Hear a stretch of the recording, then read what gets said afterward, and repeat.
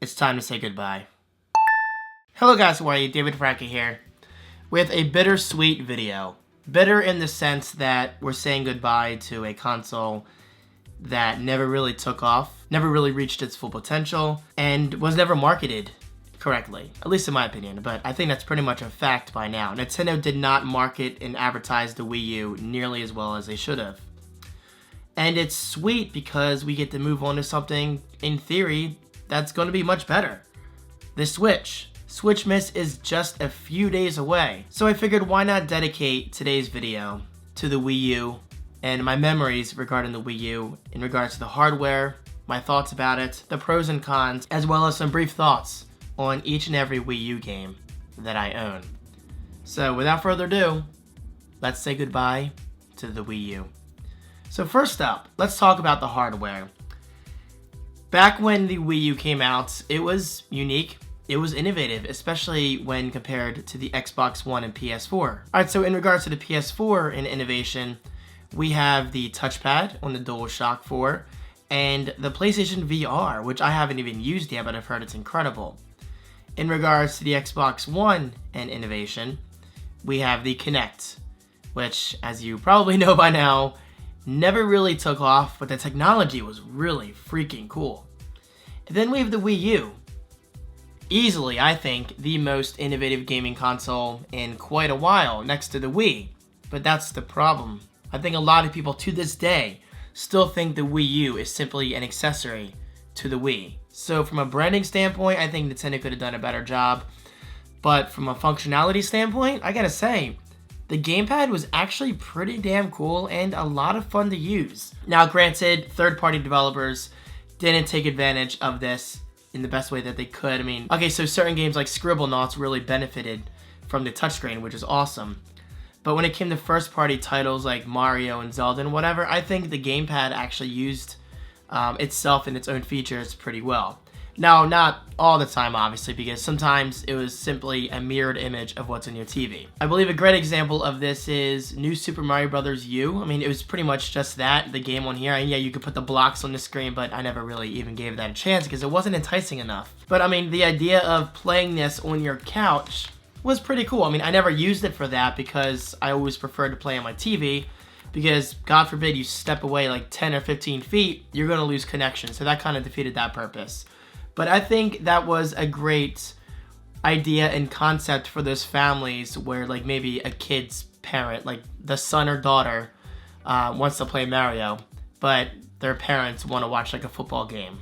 Well, that's perfect for that. You can play the game on the GamePad. It had the built-in camera, NFC reader for Amiibo, and of course all of the traditional buttons, the face buttons and all that stuff. And the home button was pretty cool. Now what's interesting is my Wii U is currently not hooked up because I disconnected it for the purpose of this video. So I'm curious, can this turn on without the Wii U? It can, interesting. Okay, quick start menu. That's actually really cool. You can still see your games. Now it may seem odd that I'm just finding this out 5 years later, but you guys gotta understand, the Wii U is typically hooked up to my TV, so I was just curious right now. But I gotta say, the fact that it even shows my games right there, that's pretty cool. Now, if I choose Wii U menu, it's obviously not gonna work because the Wii U is not connected. So I'm curious to see what it shows. Nintendo. Alright, that's obviously not gonna work. So anyway, the GamePad was really cool in concept. It just wasn't used to its full potential. Now, in terms of the Wii U console itself, I gotta say the design was overall, yep, cannot connect it to the Wii U. The overall design I thought was always very sleek, very clean, at least better looking than the PS4 and Xbox One, just in my opinion, because the footprint's a lot smaller, and it just overall didn't take up that much space, especially given the fact that you can stand it vertically. Now, unfortunately, I lost my stand. It's in the attic somewhere when I moved houses from Jersey to PA. Not a big deal, though, because obviously you can lay it down horizontally, not a problem. But on the front here, we have USB ports as well as an SD card slot for storage expansion, optical drive, eject power, some vents for fans and all that stuff. Okay, but speaking of fans, unfortunately my internal fan died while I was playing the Wind Waker. It happens. That can happen to any brand. So I got this accessory that actually uses USB pass-through, so it plugs into the back right there, and I can still use the USB ports right there. And hey, it saved my Wii U. I didn't have to send it in for a repair from Nintendo, which is cool. And on the back here, we have HDMI out, the Wii U sensor bar, which is pretty much the same as the Wii sensor bar, AC adapter, all that stuff. So again, overall, I think the Wii U was always a pretty nice looking console. It didn't really take away from the look of my home entertainment system, like my furniture, I mean, so cool. And yes, you can probably tell I'm taking my time with this video because I have a lot of thoughts to get out. But probably the more exciting part, let's talk about my Wii U game collection. Now, I gotta be honest, my Wii U didn't receive as much attention as my PS4 and Xbox One continue to receive. However, with that said, I still gave it plenty of time with games like The Wind Waker. Now, unfortunately, I never beat this, and I never beat it on the Wii. Why? Oh no, GameCube, sorry. I never beat it on the GameCube, and I never beat this on the Wii U. Why? Well, because my fan died, and that kind of slowed me down. I didn't buy an external fan until like a while later, so I kind of just forgot about this. I don't think I meant to beat The Wind Waker. I really don't. Like, the universe just has ways of stopping me from beating this. However, from what I played, and I played most of it, probably like 70% of the storyline, it was really enjoyable. I've always enjoyed the toon style, like the cell shading. I don't think this is technically cell shading, but I've always enjoyed the toon style graphics, which was pretty cool. But let me make something clear. I will be beating Breath of the Wild on the Switch. You have my word. Alright, Mario Kart 8. Awesome game.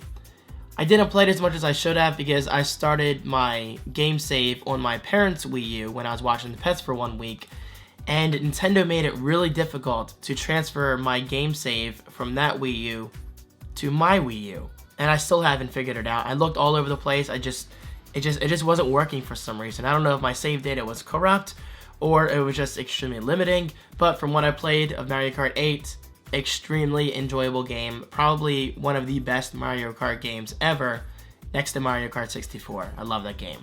Also, I will be buying Mario Kart 8 Deluxe on April 28th for the Switch, so I'm hyped about that. That's my chance to fully finish it. Zombie U. Never beat this, but I played enough where I thought it was interesting. This game made excellent use of the GamePad, and actually certain points of the game were pretty scary, like Resident Evil 7 style scary with the atmosphere. Now, not as scary as Resident Evil 7, because that game terrifies the hell out of me, and I love that. But from what I played of this, it was cool, it was enjoyable, and it was unique.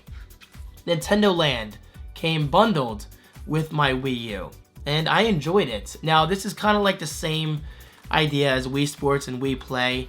It's like kind of a demonstration of what the hardware is capable of, and I think it did a great job.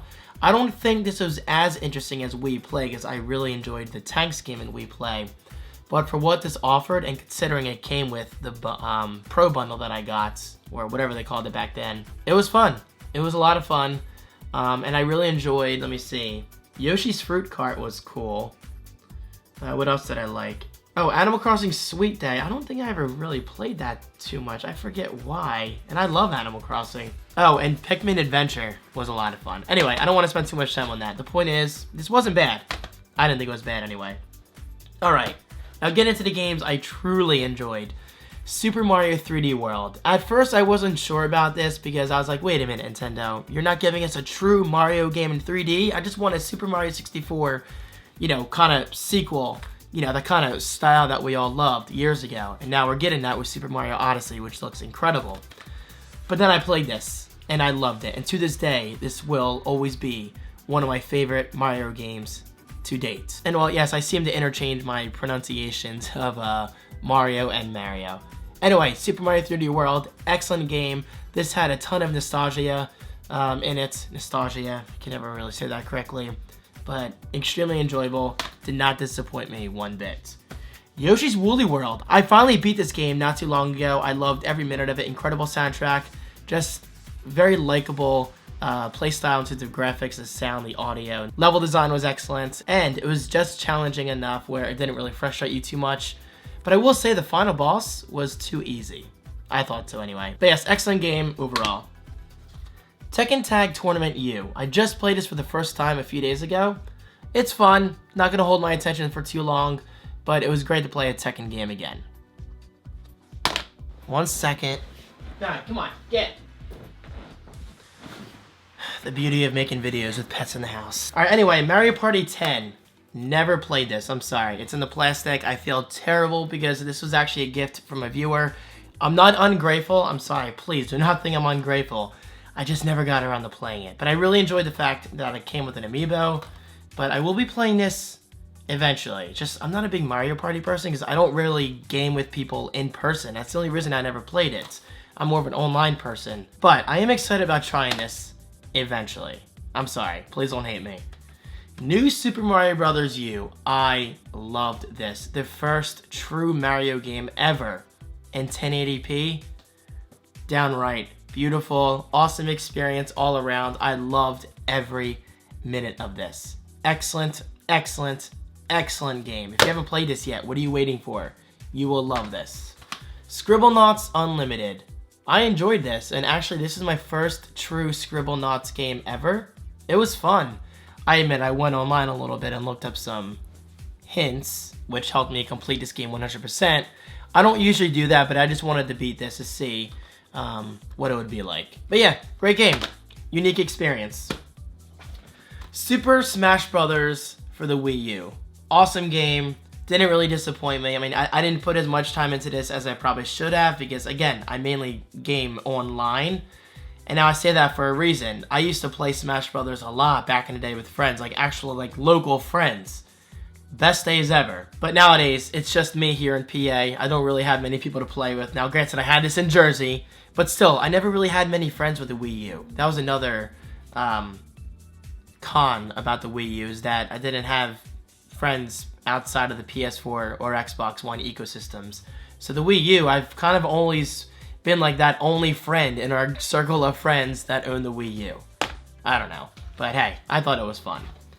NES Remix. This was from a viewer a while ago. I didn't play it too much because I'm not a big fan of like going back and playing the classics too much because you play them all the time in other forms and iterations. But for what this offers, NES Remix, it's like the classic games, but just that, remixed with new features, new modes, new abilities. So I thought it was cool. It was a fresh take on something retro. Super Mario Maker. Didn't play this nearly as much as I should have, but from what I did play, incredible experience, especially the Mario Paint sound effects. That alone just blew my mind because I was a huge fan of Mario Paint on the Super Nintendo years ago in the 90s. So the fact that Nintendo reused some of those elements and those sound effects and visuals, that just blew my mind. And also, yes, I did play a lot of downloadable levels from other creators, and I gotta say, there are some downright creative players out there. Like, they designed some incredible contraptions that I never even thought were possible in a game like this. And I shouldn't even call it a game, it's more of an experience. By the way, I wouldn't be shocked if this came out again on the Switch, because the Switch is touchscreen, so just saying. And finally, Animal Crossing Amiibo Festival. I have not played this once. I've heard it was downright terrible. Now, I don't usually go by popular opinion, but I'm just going to say this. I don't really have high hopes for this. The only reason I got this on eBay for like $9 is because I'm a huge Animal Crossing fan, and I like knowing I own all the Animal Crossing games that I can possibly own. Even Happy Home Designer on the 3DS, which I didn't play too much, but hey, it was enjoyable. But anyway, Amiibo Festival, I will be playing this week. You have my word. And actually, shout out to my patrons. I'll be vlogging it this week in the Patrons Only vlog, the 100th one at that. So I'm looking forward to trying this. I'm only going to play it like once or twice, but I just want to play it just so I can say I played it. And there is my Wii U game collection. Now, as you can see, it's nothing insane. Wait. Where's Donkey Kong?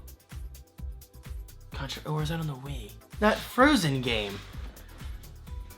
What is it called? DK. Isn't it like Tropical Freeze?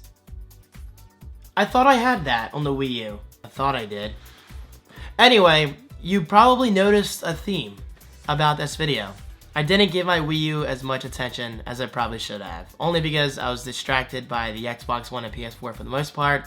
Because their online infrastructure, like the multiplayer, was always so much better than the Wii U. I don't think I ever even played my Wii U online, besides downloading levels in Mario Maker and Super Smash Bros., like the occasional match But besides that, this wasn't a multiplayer console in my eyes.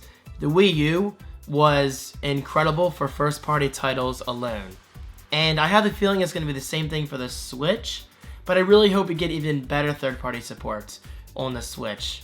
The Wii U, I think, had okay support here and there. Like, I don't think it was downright terrible. I've seen worse. But for what it is, the Wii U, I thought it was solid. Too much noise in the background. Anyway, the theme about the Wii U is it could have been better. It could have been a lot better. But I'm excited to say this. The Nintendo Switch is hopefully going to be reviving my love for Nintendo that I had back in the days of the 64, the GameCube, and the Wii.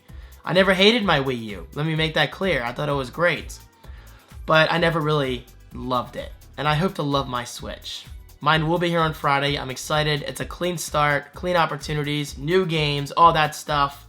So I'm excited to see what it's going to be like. So guys, what are your thoughts on the Wii U? Did you like it? Did you hate it? Let me know in the comment section right below. And please, don't be biased. Don't be like PS4 rules, PC elitists, or no. We're all gamers. We're all in the same exact community, and we love one equal thing. Gaming. Playing games, enjoying good experiences, escaping reality, and well, it is what it is. The Wii U had a great ride. 5 years, I don't think it's too bad. Hey, it could have easily lasted for just 3 years, but Nintendo tried to keep it going for a little while. So guys, thank you so much for watching. Enjoy your Nintendo Switch launch. I know I will be enjoying it. Oh, and also, stay tuned for my Switch unboxing on Friday, March 3rd. It's going to be a lot of fun. And of course, I will be talking about it a lot in the next weekend vlog. Thank you guys so much. Your support means a lot. And I'll see you in my next video. Peace. Goodbye, Wii U.